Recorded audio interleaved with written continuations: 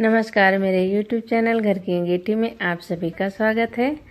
इस समय मैं गांव आई हुई हूं और आज मैं आप लोगों को रामदाने का पौधा दिखाऊंगी। रामदाने का पौधा किस तरह होता है और उसका बीज किस तरह से निकालकर स्टोर किया जाता है, और रामदाना भूनने का बहुत ही आसान सा तरीका भी बताऊंगी। बहुत लोगों को रामदाना भूनने में बहुत ही ज़्यादा दिक्कत होती है।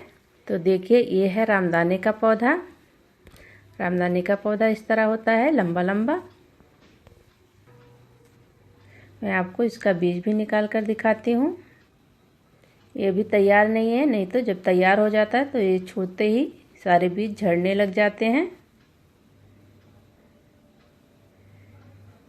ये देखिए, ये है जो सफ़ेद सफ़ेद है, ये है रामदाने का बीज। जब ये रामदाना पक जाएगा तो इस पौधे को काट लेंगे और काट कर इसका सारा बीज झाड़ लेंगे और झाड़ कर साफ करके इसको सुखाकर स्टोर कर लेते हैं। तो चलिए, अब मैं आपको रामदाना भूनने का भी बहुत ही आसान सा तरीका बताती हूँ। यह है सुखाया हुआ रामदाना, और जब रामदाना बहुत ही अच्छा सूखा होगा तभी ये फूटेगा। और रामदाना भूनने के लिए आपको एक गहरी, बड़ी और मोटी कढ़ाई लेनी है और कढ़ाई को बहुत ही अच्छे से गर्म कर लेना है और इस तरह से एक साफ डस्टर लेकर इसको चलाना है लगातार।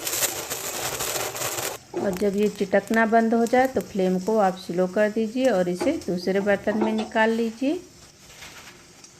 और वापस गैस पर कढ़ाई रखकर दोबारा से आपको फ्लेम को फुल पे कर देना है। और इसी तरह से 1 से 1.5 टेबल स्पून के लगभग में ही आपको रामदाना कढ़ाई में डालना है और डालकर इस तरह से लगातार चलाते रहना है।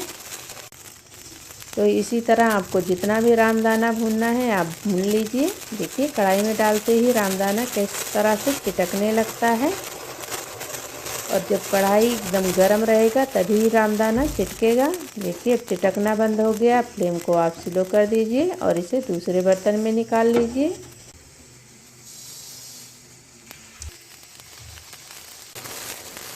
रामदाना भूनकर आप इसमें गुड़ मिलाकर लड्डू बनाइए या चीनी मिलाकर लड्डू बनाइए, या आप चीनी और खोया दोनों मिलाकर लड्डू बनाइए।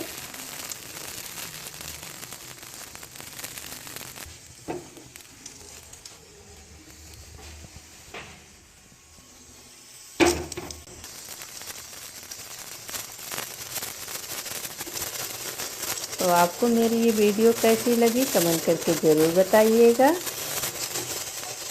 फिर मिलते हैं अगली वीडियो में। धन्यवाद।